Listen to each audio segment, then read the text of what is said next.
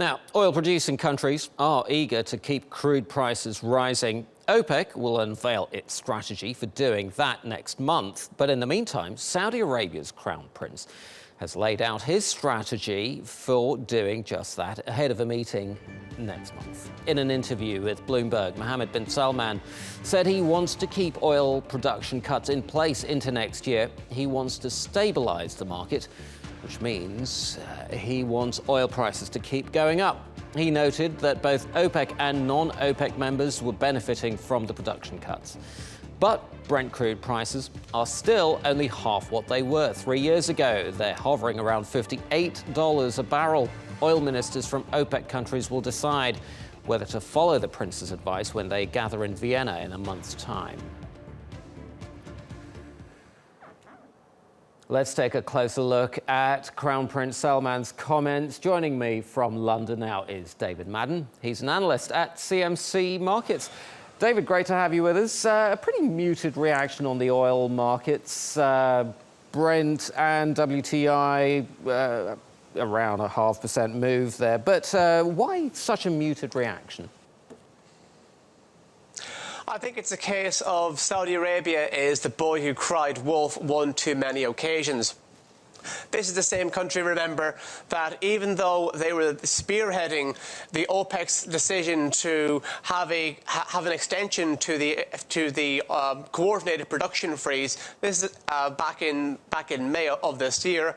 This is the same country which went on to actually increase production over the summertime, and in fact, in July, Saudi Arabia, while allegedly having a production curb, they actually produced a record amount of oil in July of this year. So when you say one thing and do another, you sort of lose a bit of credibility in the market.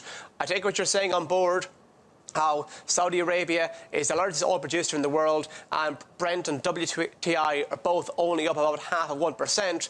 But when you've said on several occasions you're going to extend the cut or introduce production freezes, and you don't always live up to that expectation, traders become a little less fearful of the warnings they heed. Right. So, as you say, production is still quite high. I mean, the latest figures out of the US, as you were saying there, shows inventories have risen once again. So what do you make of what OPEC's been saying lately, that they're seeing a rebalancing in the supply and demand picture? We're gradually seeing a slight rebalancing of the overall kind of supply and demand. To that extent, OPEC are definitely accurate on that front. In the short term, oil inventories in the United States are a touch on the high side. But over the last 2 years, they have been in decline. That being said, they're still well above, say, 5-year averages for the United States. So we are eventually, after years and years of Saudi Arabia and others in the OPEC cartel trying to actually squeeze the oil market and drive the shale producers out of business in the United States, they're finally seeing a decline in the major oversupply, in the major oil glut at the global economy, and particularly the United States has. So it is happening slowly but surely. Right. Very quickly, David, do you think that Crown Prince Salman's comments signify any kind of weakness in the Saudi economy that he's seeing going forwards?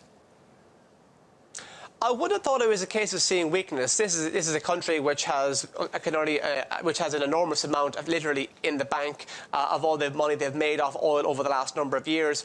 They've announced during the last 48 hours plans to effectively build a new city worth which will cost them about $500 billion. They obviously need more cash they need obviously cash coming in the door for that. Bearing in mind, these comments come only a few weeks out, less than 1 month out from the next OPEC meeting.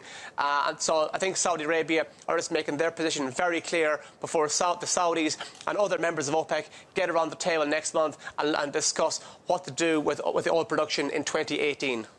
David Madden, CMC Markets in London, thank you so much.